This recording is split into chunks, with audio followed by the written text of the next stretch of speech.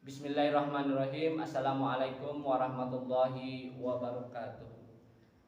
Hamdan wa syukranillah, salatan wa salaman ala rasulillah, la haula wa la quwata illa billah. Sahabatku yang dimuliakan oleh Allah SWT, senantiasa kita panjatkan puji syukur kita kehadirat Allah SWT yang telah memberikan kita banyak kenikmatan. Kemudian selawat dan salam tercurahkan bagi Rasulullah Sallallahu Alaihi Wasallam, keluarga, sahabatnya, serta pengikut beliau hingga akhir zaman. Sahabatku yang dimuliakan oleh Allah SWT, penyakit hati menjadi salah satu penyebab rusaknya keimanan seorang muslim. Bukan hanya itu, penyakit hati juga mampu merubah perilaku dan sikap seseorang. Penyakit hati menjadi hal yang harus dihindari karena bisa menjadi akar dari kekafiran. Ada beberapa jenis penyakit hati yang sering ditemui, seperti dikutip dari buku Kiat Mengatasi 8 Penyakit Hati karya Kiai Haji Abdullah Gimnasiar. Berikut beberapa jenis penyakit hati. Yang pertama, iri hati. Iri hati termasuk dalam penyakit hati yang harus dihindari. Allah SWT melarang hambanya untuk bersikap iri kepada sesamanya dalam hal apapun, termasuk urusan kenikmatan dunia.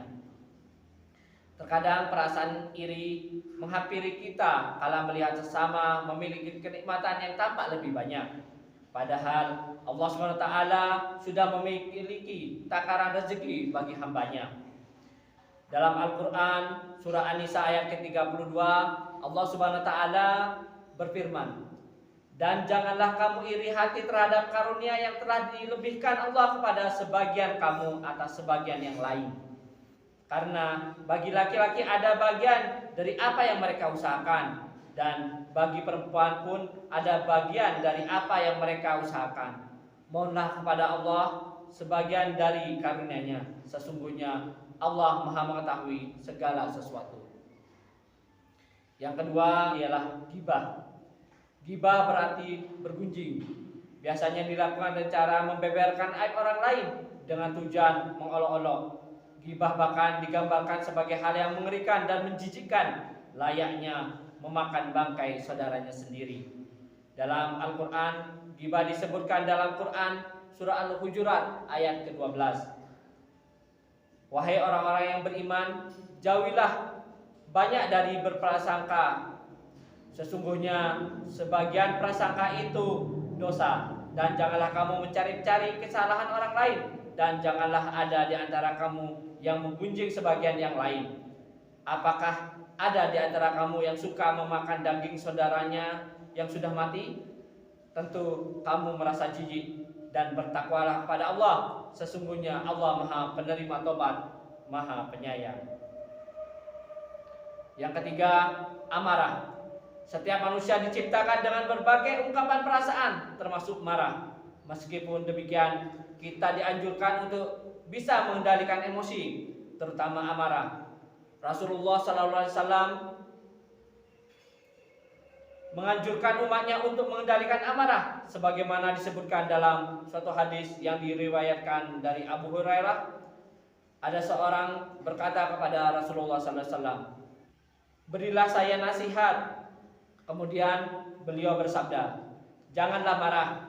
Orang itu terus mengulang-ulang permintaannya, dan beliau tetap menjawab, "Janganlah marah." Hadis riwayat Imam Bukhari. Yang keempat, buruk sangka. Bahwa satu rukun iman dalam Islam yang harus kita yakini adalah takdir Allah yang baik maupun buruk. Berburuk sangka menjadi penyakit hati yang harus dihilangkan. Buruk sangka kepada sesama ataupun kepada Allah SWT adalah perbuatan tercela. Orang yang menurut pandangan kita buruk belum tentu buruk menurut pandangan Allah SWT. Oleh karena itu, sebaiknya kita tidak berburu-buru untuk berburuk sangka kepada orang lain. Kemudian yang kelima, fitnah. Fitnah termasuk bagian dari penyakit hati. Secara harfiah, fitnah berarti menyebarkan berita yang tidak benar, tentang seseorang dengan tujuan menjatuhkannya. Dalam Al-Quran, fitnah artinya membakar dengan api. Allah Subhanahu wa taala berfirman dalam surat An-Anfal ayat ke-39. Dan perangilah mereka itu sampai tidak ada lagi fitnah, dan agama hanya bagi Allah semata. Jika mereka berhenti dari kekafiran, maka sesungguhnya Allah Maha melihat apa yang mereka kerjakan. Sahabatku yang dimuliakan oleh Allah SWT, itulah beberapa penyakit hati yang harus dihindari. Dan dengan mendekatkan diri kepada Allah SWT, niscaya akan mendapat perlindungan dari penyakit-penyakit hati tersebut. Sahabatku yang dimuliakan oleh Allah SWT, semoga ini dapat memberi manfaat, memberi hikmah, memberi pembelajaran bagi kita untuk terus bertambah keilmuan kita, bertambah menjadi yang lebih baik, bertambah ketakwaan kita kepada Allah Subhanahu wa taala. Amin ya rabbal alamin. Mohon maaf salah dan hilaf. Billahi taufiq wal hidayah. Wassalamualaikum warahmatullahi wabarakatuh.